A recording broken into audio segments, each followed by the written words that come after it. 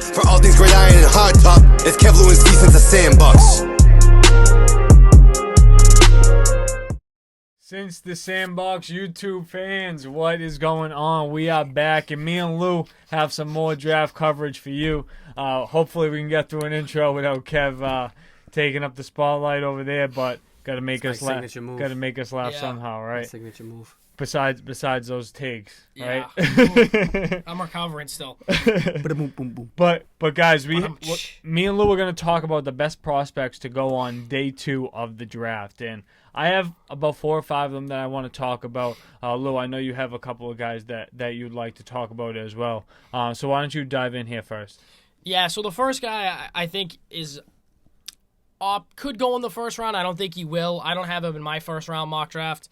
Najee Harris from Alabama. I think Travis Etienne will go first if there is a running back to go.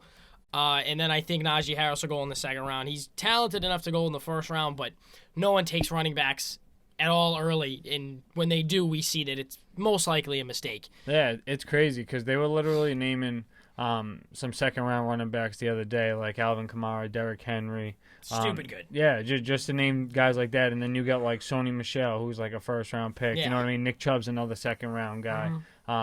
Wasn't James Robinson a second-round guy too? Yep. Or maybe even Spinner. later Jonathan than that? Taylor, second round. Yeah. So there's so many guys the later you go. Spinner might have been undrafted, honestly. He was undrafted. Yeah. So That's so crazy. Got to make a little correction there. Sometimes we don't make mistakes. But a wide receiver that I don't think will go day 1, but he can. He definitely can. The Minnesota receiver, Rashad Bateman, Lou. So I don't know where you have him going in your mock drafts. But I feel like there's probably 4 or 5 wide receivers that'll go in that first round. And there's a lot of talent at that wide receiver position every single year. So I really feel like Rashad Bateman's a guy that could be a steal to go early day 2. And there's a lot of teams that will still need receiver at that point. Yeah, I think I have him like 28th, maybe to the Saints or something like that, or Baltimore, one of those two. But he's late and definitely could drop, absolutely, because there's so many. Every mock draft I've seen, there's been at least one guy that's ranked above another who falls to the second round. I think like the 5th or 6th edge rusher is going in the first round, and one of the 4th or 3rd ranked was in the second. So you know what I mean? So it's all over the place. No, for sure. And Lou, before you hopped in with another one, since I was on the wide receiver position, I don't know if you have this guy here or not. I got the wide receiver from Ole Miss, Elijah Moore. So I just feel like this wide receiver class has a lot of depth, and I feel like these are both 2 guys that you can really put in as a number 2 and number 3 receiver that can step up. And I'm sure you're hoping Indy might land one of these guys if they go offensive line early. Oh, yeah, baby. I mean, we get $70 million. I'd rather sign somebody, but go online, get a wide receiver in the draft. But I have a wide receiver as well. It's Kadarius Toney from Florida. I mean, he's 6 feet. He's like 195, so he's a big boy for 6 feet. I mean, he's like YS on his feet. Yeah, dude. Devontae Smith is 175 at 6'1", so this dude's that's more yoked. like me right there. Actually, it is. Kev weighs a rough 173. On a good day. After the holidays, after all the holiday meals, I weigh a good one. After a nice Pepsi. Yeah, Thanksgiving football. Kev's sleeping on the couch at a solid 173. But I think he's really good. I mean, he's been at Florida, so he didn't have a great quarterback throwing to him. And he just is a senior, and he has 4 years of experience learning his system, playing. And I feel like most of the time the best wide receivers that come out of the draft, or at least late hits, are always guys who have been there for a few seasons. Yeah, no, for sure. They definitely are. And Lou, I have one more offensive guy that I wanted to talk about, and this is also somebody in that running back group. And I know that Etienne and Harris are guys that can debatably go the end of the first round. Or maybe even on day 2. But I have someone that I think should be a lock to be a day 2 pick and can come in and make an impact on an offense right away, kind of like I think Jonathan Taylor did last year, and that's Javonte Williams, the running back from UNC. So I really feel like he can go in, be a first or second down back early in the year, just start adapting to the game, seeing how the holes are a little bit different, and then towards the end of the year, if you're a team that expects to contend, maybe a team like the Steelers, maybe a team like the Rams. There's a lot of Bengals or something contenders that needs a running back or a young one. That's a Yeah. good second-round pick because you never know. Those dudes are talented, and then they just need blocking. Yeah, no, for sure. So I really feel like Javonte Williams is someone that can come in and make an impact, get you close to 1,000 yards rushing, and definitely punch it in the end zone a couple of times. Yeah, and my big sleeper of the draft, this is what I'm calling now. Ooh, a sleeper. Yep. Joe Tyron from Washington. Woo! On the edge. Dude, 6'5", 262. He's like the lightest guy out of all the top 10 edge prospects, and he's still a bully.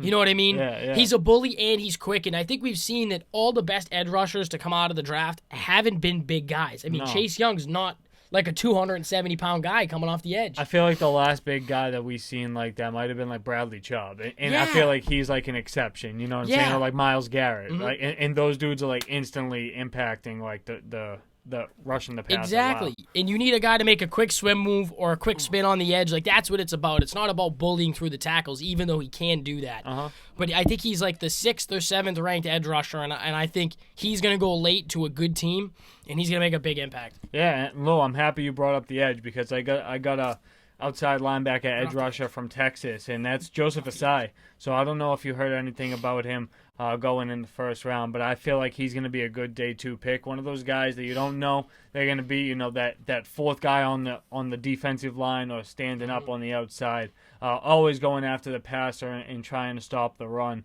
But really trying to learn the option offenses is tough for those guys. So hopefully, he can translate over quickly and be a successful guy that you could take on day 2. And one more linebacker that I wanted to share. This dude is definitely going to be a day 2 guy.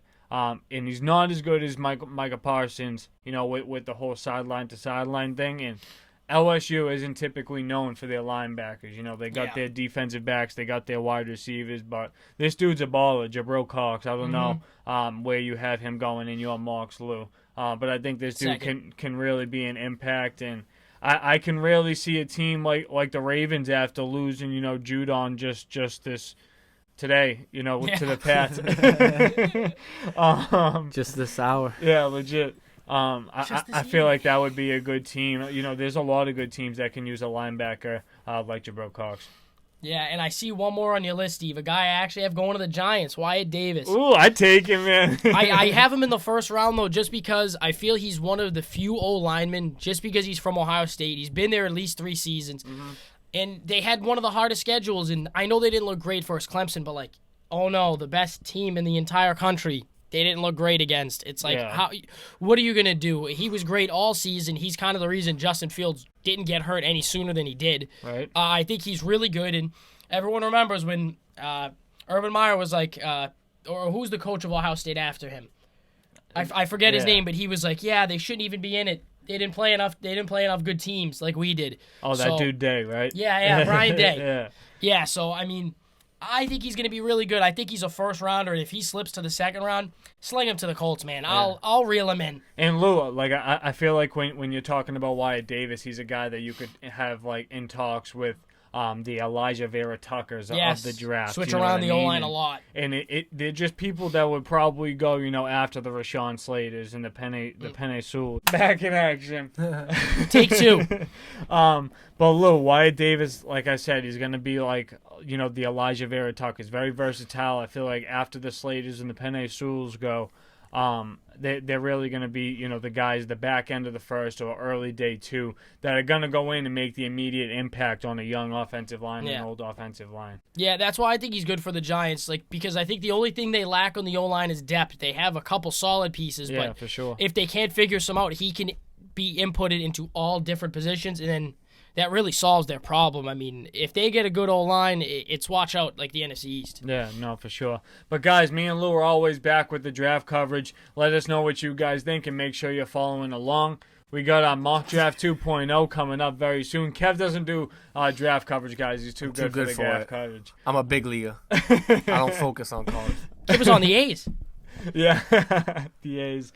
But guys, make sure you check out our podcast and all of our newest episodes coming out this week. We got our top 10 stars under 25. Make sure to check that out. Some free agent talk and all things going on in the NFL. Make sure to give our podcast 5-star review, because if it ain't 5 stars, we don't want it, guys. Go to sandbox.net, get your fresh merch, rock it like your favorite podcasters.